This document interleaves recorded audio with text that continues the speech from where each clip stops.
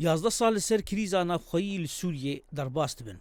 داخوازن آزادی و هیویا چارەسەریە و گوهریە شەڕێکی نافخۆیی پشتی 11 ساڵان گەلۆ کۆڵانە کوردین سووریێ چاوە لە ڕەوشا سووریێ دنەرە.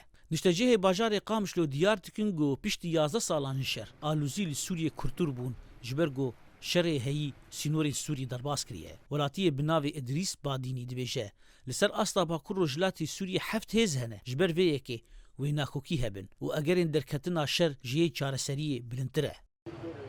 Xwedê rewşa Sûrî ji ber kes nemazane dewlet zat nefsa wan nizane ser mistewa min nabên 170 kîlometr ser mistewa 100 kîlometr ji dêrikê bigir hayat serê kaniyêr derkeve dikaribe kêmanî ji 6-7 dewletê de ne Emerîkî ne Rûsên Çetin ne Tirkin nîzama Sûrî hîn em min îdare vê deke ne heyana jî bi rastî yanî tiştek nehatiye xuyane kirin em de hundirê vê mantîqê de em dixwazin no weda bêtir xweş bibe. Li aliyekî din Kurdên Sûriyê nebawerin got rewşa Sûrî aram bibe û çareseriya siyasî pêk were. Endamê Komîta Rêvebir a Şepêla Ciwanên Kurd li Sûriyê Abdulwehab Xelîl dibêje rewşa Iraqê berbiçav e. Heman rewş li Sûriyê berjewendiyên navdewletî û herêmî bi Sûriyê de hene. Lewra ne pêkane Sûrî vegere weke beriya 2011. Pirsgirêka Sûrî bi rastî bi giştî bawer bik yanî ew rengê anan bêjin Iraqê. Çawa wek nemûzecekî baş ji milletê Kurd re. Bê çawa federalî hat avakirin, bê çawa teqsîmatên çêbûn, bi rastî ama em dibêjin Sûrî nima vedgere berî 2011. Sûrî gerek Sûrîk demokratî ava bibe, Sûrîk la merkezî ava bibe, mafê her insanî tê dibê xuya kirin. Li aliyekî din rewşa aborî û civakî li seranserî herêmên wî welatî têk biriye û ziyanên mirovî yên mezin encam dane. Kamîran Elî mînaka kiriya xaniyên li Qamişlo tîne ziman.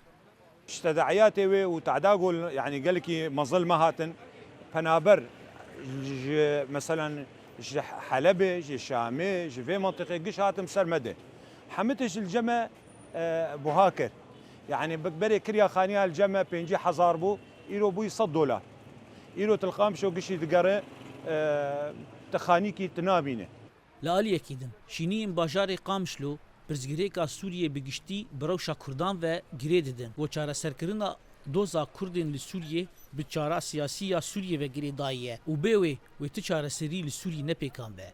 Welatiyê bi navê Rêzan Mihemed diyar dike got heya doza Kurdên Sûriyê neyê çareserkirin aştî li Sûriyê pêk nayê.